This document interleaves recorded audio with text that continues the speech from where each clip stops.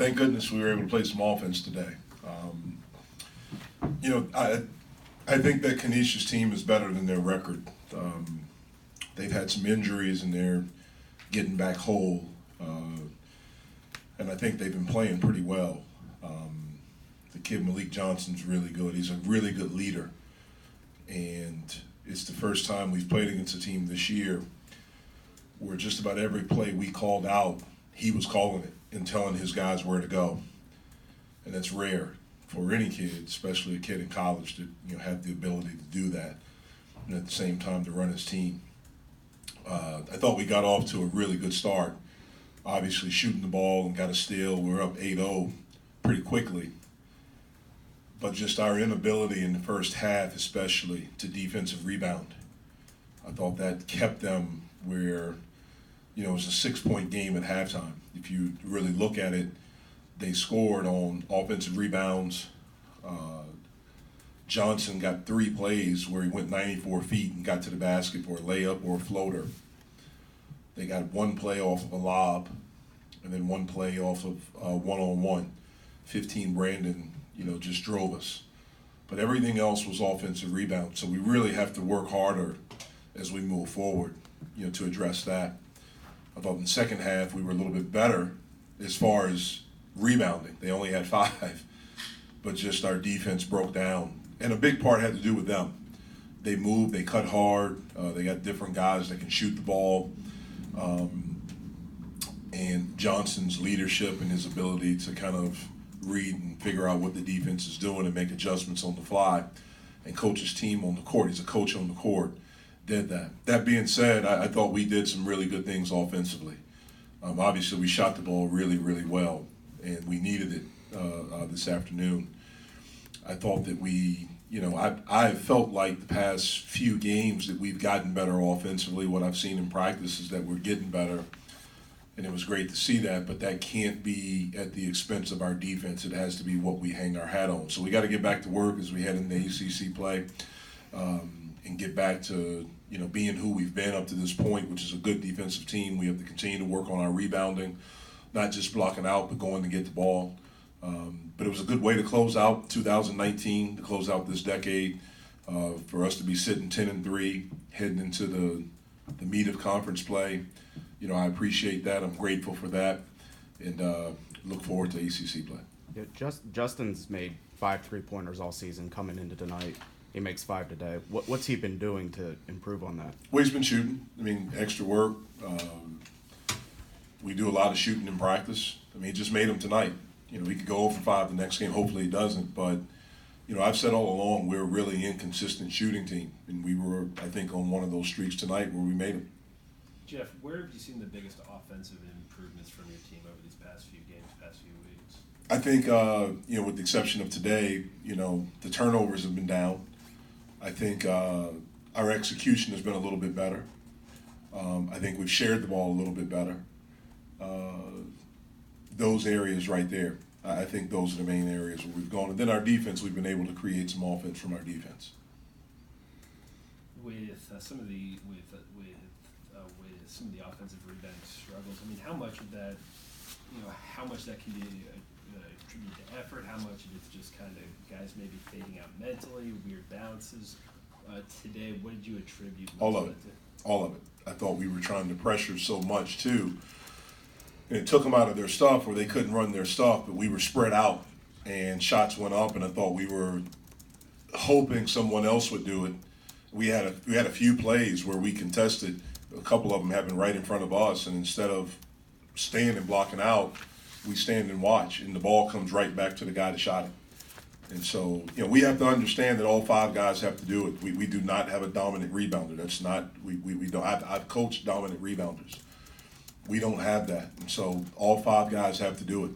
And we have to do the dirty work. I thought this afternoon it was the first time in a while that we haven't done the dirty work. We weren't the first on the floor for loose balls. We weren't, doing those little things like being physical and blocking out and going to get the rebound and things like that. That's something that we have to do all the time. It seemed Kareem got a lot of those minutes Eric usually gets. Was he bringing something different? Kareem just brought energy. I thought the energy level picked up when he was in. and I thought he did a fantastic job. If he finished a couple, then it would be an excellent job. But I thought some of the things that he did defensively, being able to get out and trap when we started pressing and being able to rotate and, you know, things like that, I thought he did a good job. Jeff, you're 10-3 going into the new year. You were 10-3 exactly at this time a year ago as well. I mean, I think the schedule's been more difficult, but what are the things that you can kind of point to about the way this team is playing that gives you some confidence that the ACC results are going to go better for you this year? Well, I don't have a rear view mirror, so I don't look at last year. I concentrate on what we're doing right now and where we are right now. And so I think we're a better team than we were last year. I think we have more experience. We'll have the core of our team will go into the meat of ACC play with it not being their first time. Last year, the core of our team went into it. This was their first time. They didn't know what to expect. We got off to a decent start, and then we hit a wall. Hopefully we won't hit a wall right now from the core group. And then they'll be able to help the younger guys on. Last year we had no one that could do that. Again, but we have to get back to rebounding. We have to get back to doing the dirty stuff in order for us to win in this league. Is there anything you like about Ryan coming off the bench as opposed to starting? Or? You know, I think he's played better off the bench. If you look at his games, those have been his best games off the bench. He's going to play minutes for us, and he's an important part of our team, whether he's starting or coming off the bench. I'm not saying I'm married to him coming off the bench, but I think he's done a really good job for us in that role. Whatever role that we put him in, we need him to do a great job. It was a really heavy dose of X and Trey down the stretch. Was that just a case of them stepping up and being playmakers, or was that you scheming up plays for them? Yeah, we wanted the ball in their hands. I feel very confident and comfortable with them with the ball in their hands, making the correct play, whether it's them scoring for themselves, creating something for someone else. They get fouled, being able to step up to the line and make free throws. And so that was strategic. We wanted the ball in their hands. And for the most part, I thought they did some good things with it. Obviously made some mistakes, but for the most part, I thought they did some good stuff. How'd you think Gerald did in his first action? I thought he did good. Thought he did well, except for the one pass that he tried to make. But, you know, he's practiced well. It's been good to have him back. Gives us a little bit more perimeter depth. You know, obviously he's got to get in shape. That's a big thing. He's got to get in the physical condition to be able to compete for extended minutes at a high level. And so it was good to get him in this game, and, you know, we'll see what happens with him moving forward. You've been concentrating on your non-conference games. What do you know about the ACC right now? I don't know much. You know, I don't know much. You know, I know there are a couple of teams. It seems like Duke and Louisville, you know, are really, really good. Seems like there's some teams that have struggled a little bit. But I don't know much. I don't know much. I'll start to study Wake Forest tonight, and I'll have a better feel for them by tomorrow. Eric only played 4 minutes. Jeff, was he nursing a kind of an injury, or was No, he somewhat just played 4 minutes. Coach, what are a few highlights you can pick out of the first half of the season? I think defensively we've been pretty good. I think we've played really hard.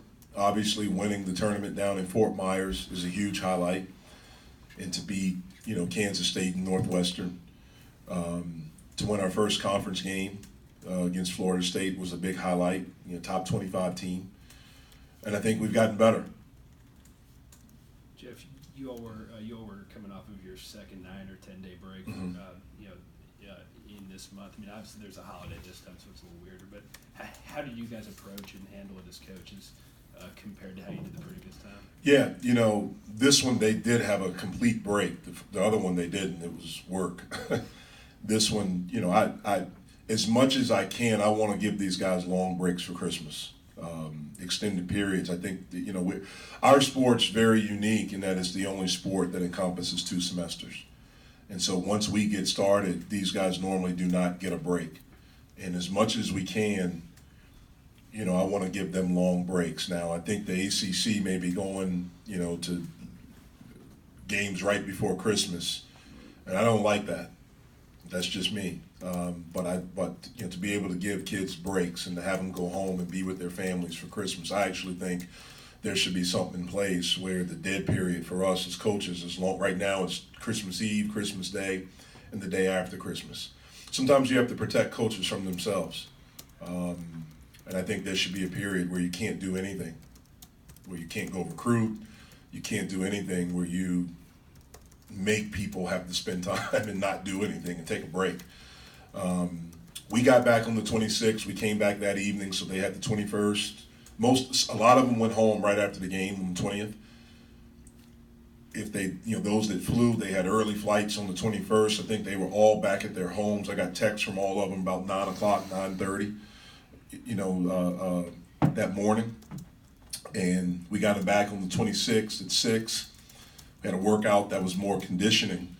And then on the 27th, we really tried to do a lot of scrimmaging, trying to get back in competition mode. That's the thing that you miss, is the competition. You can practice, but the competition mode is what you miss. And you saw that a little bit today. But then we get after, 27th, 28th, 29th. Yesterday preparation wasn't that long in anticipation for a noon game. And then we'll get back at it. We'll give them off. We have to have a mandatory day off per NCAA. I don't like that rule right now because we're not in school. When I was in school during Christmas break, you didn't have to give guys a day off. We had 3 days over Christmas break. You have to give them a day off now. So we'll take that tomorrow, and we'll get back Wednesday and start preparing for Wake Forest. Jeff, you mentioned the noon start. Sometimes that's something, especially young guys, have trouble adjusting to. Was playing this game, and you have a bunch of noon conference games. We have 5 of them. So this was strategic to play this one. Yeah, that's absolutely right. Looking at our schedule, knowing that we have 5 games, and one of the games we lost here earlier, Nicholls State, was at noon. And so we've talked to our guys about that in preparation for this game. Like, we got to wake up ready. We got to be ready right away. And I thought we were. I actually thought we did some good things early. I'll get back and I'll watch the film.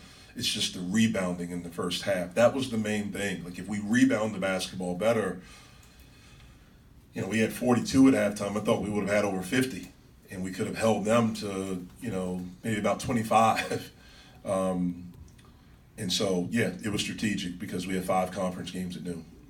Jeff, how much more do those noon starts impact a relatively young team, or I guess that's pretty universal across college basketball with 18 to 22-year-olds? Yeah, I think it's just an adjustment. It's different.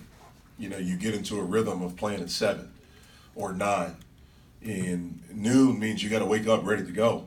You don't really have a shoot around. Unless you want to get up at 8. Like most teams, they try to have a pregame meal 4 hours before. So if you're going to do a shoot around or you're going to do it at 7, you're probably not. And so we got up this morning and just got together at 8:30 and literally walked through a few things. And then we went to eat and things like that. And so that's the part that's just different. Normally for a normal game day, you have your routine of you shoot from 2 to 3. You have your pregame at 3. You can rest. You go back and you take a nap and things like that. For a noon game, when you wake up, you're up. And it's go time. So you have to wake up with energy. That's one of the things we've talked about. You got to wake up ready to go. For a 7 o'clock game or a later game, you kind of get to work your way into it during the day. Noon is a little bit trickier.